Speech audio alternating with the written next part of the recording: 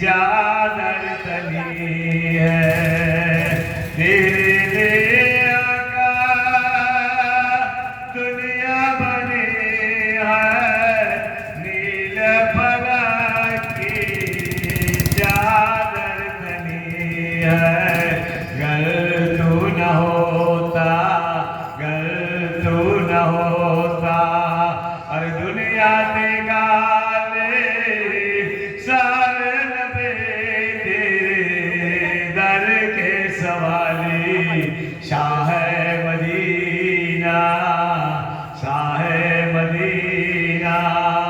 ہے نور تیرا شمس و قمر میں تیرے لب کی لالی سحر میں تیرے لب کی لالی سحر میں پھولوں نے تیری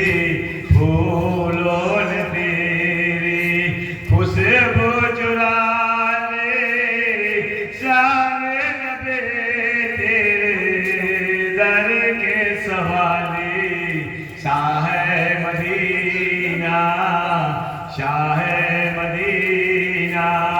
طیبہ کے والے سارے نبی تیرے در کے سوالی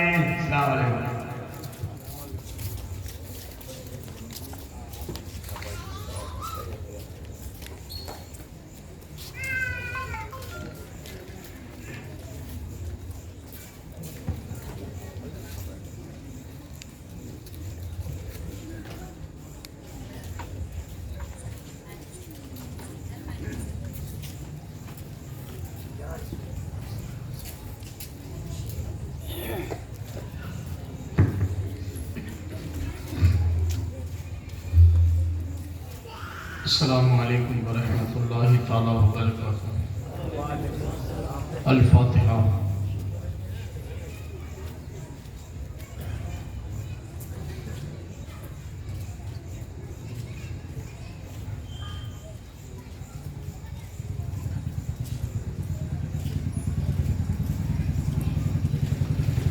قال اللہ تبارک و تعالیٰ فی القرآن العظیم فی شان حبیبہ الکریم فاعوذ باللہ من الشیطان الرجیم بسم اللہ الرحمن الرحیم ان اللہ وملائکتہ یصلون علی النبی یا ایھا الذین آمنوا صلوا علیہ وسلموا تسلیما اللہم صل علی سیدنا نبینا وشفاعتنا وحبیبنا مولانا محمد واصحابہ وبارک وسلم سبحان ربک رب العزت عما یصفون وسلام علی المرسلین والحمد للہ رب العالمین برحمتک یا ارحم الراحمین۔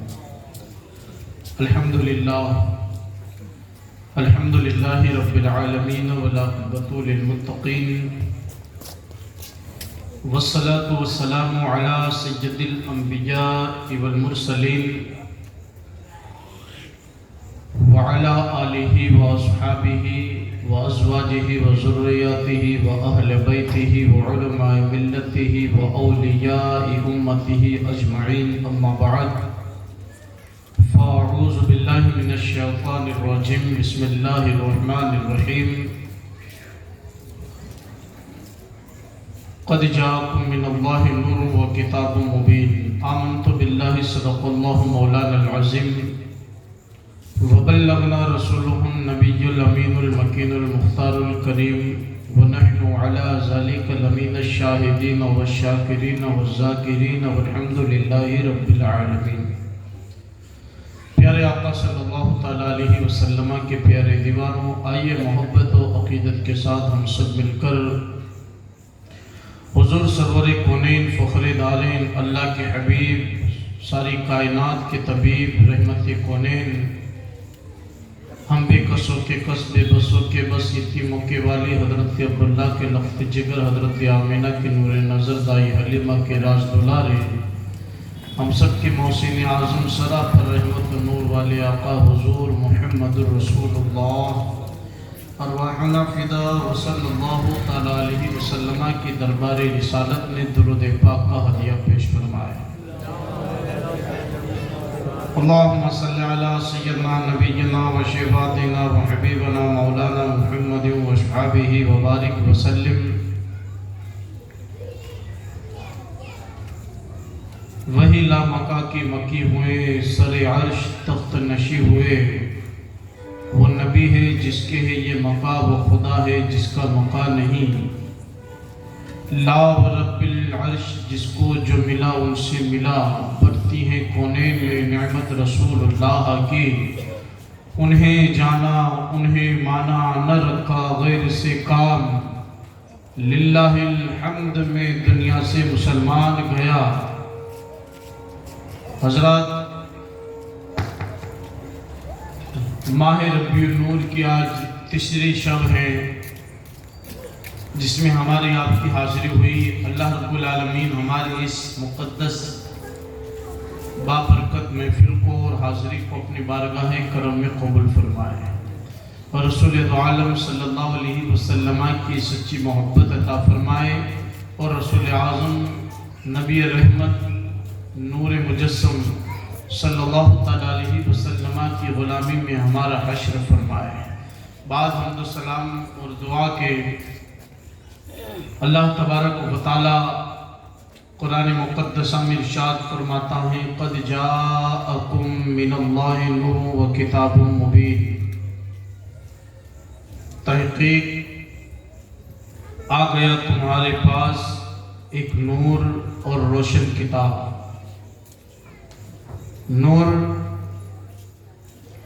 ہمارے نبی کی ذات پاک،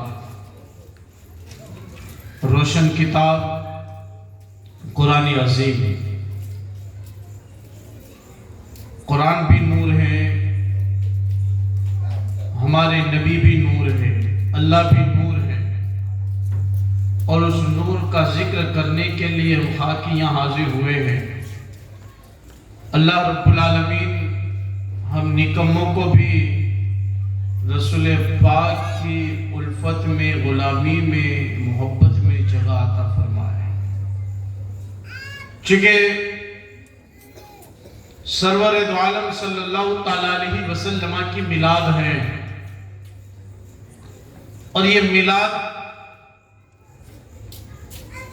کا ثبوت ہی ہے کہ ہم اپنے نبی کو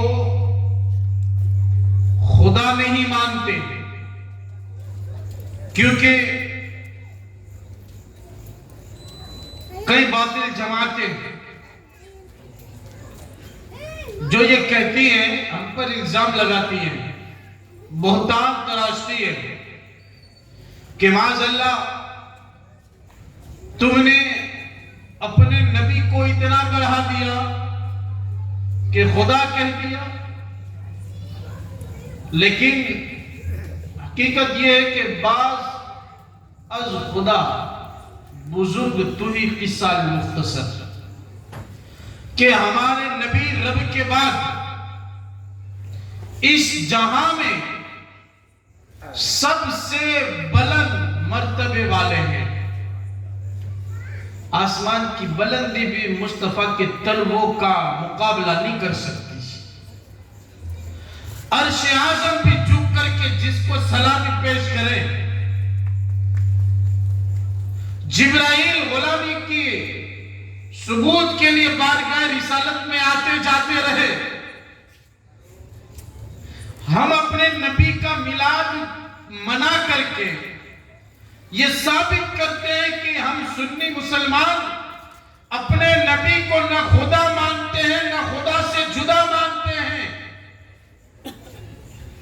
وہ نبی نہ خدا ہے، نہ خدا سے جدا ہے. اس لیے کہ میلاد نبی کی منائی جاتی ہے، خدا کی نہیں. کبھی دیکھا آپ نے خدا کا میلاد منایا ہو کسی نے؟ ہم سنی خدا کا میلاد ہی نہیں مناتے، اور خدا میلاد سے پاک ہے، کیونکہ خدا کی پیدائش نہیں ہوئی. میلاد کا مطلب ولادت، پیدائش.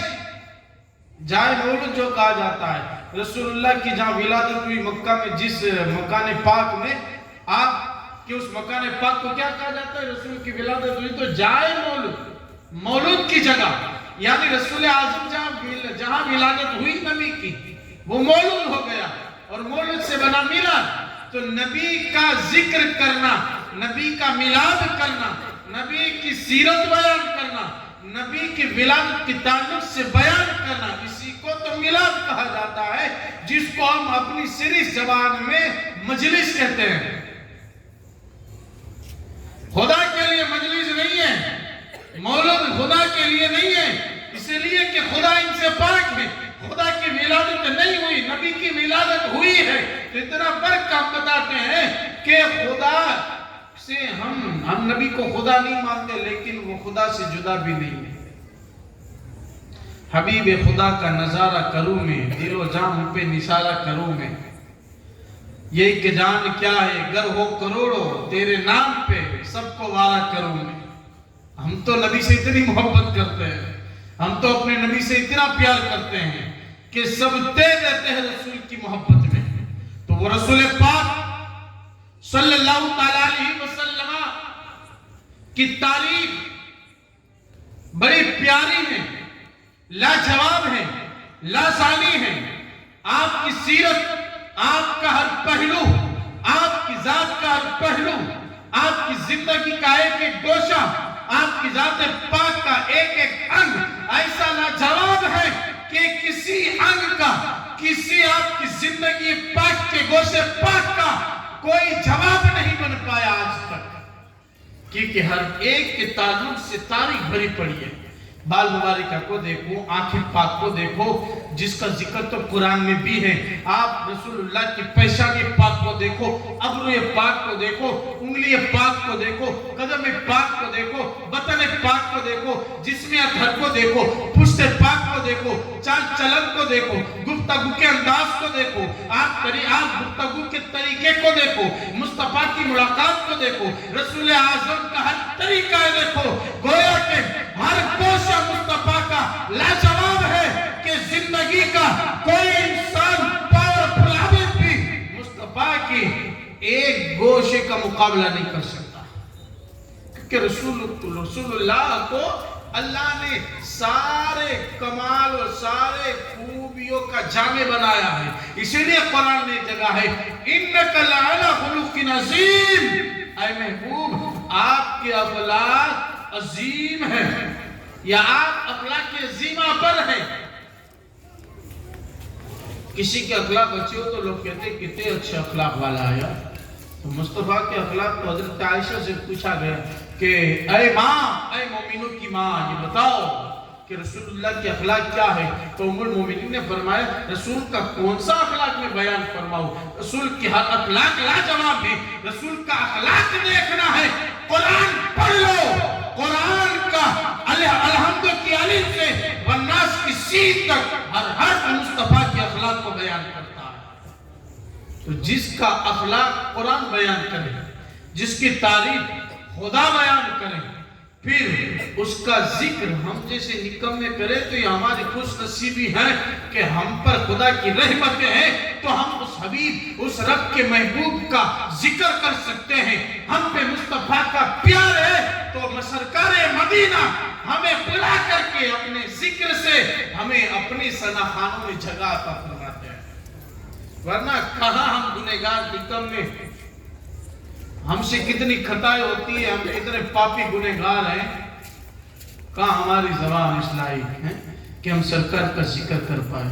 ہزار بار بشویم دہن زمسکو گلاب نام تو ہنوز گفتر کمال بیعدتی است۔ شیخ سعدی نے اس سے کہا ہے کہ ہزار بار اگر میں اپنے منہ کو، اپنی زبان کو مشک سے دھوؤں، انبر سے دھو لوں، پھر بھی یا رسول اللہ تیرا نام لینا بے ادبی ہے، لیکن یہ تو کرم ہے آپ کا کہ آپ کرم ایسا کرتے ہیں کہ نکموں کو بھی اپنے ثناخانوں میں جگہ دینے کے لیے کبھی اپنا میلاد سن لیتے ہیں، کبھی سنوا لیتے ہیں۔ یعنی یہ سرکار مدینہ صلی اللہ علیہ وسلم کی بارگاہ ہے، یہاں کس کو نوازا جائے پتہ ہی نہیں، ادنے کو اعلیٰ بنا دیا جاتا ہے، یہاں تو ایک کو نواز دیا جاتا ہے۔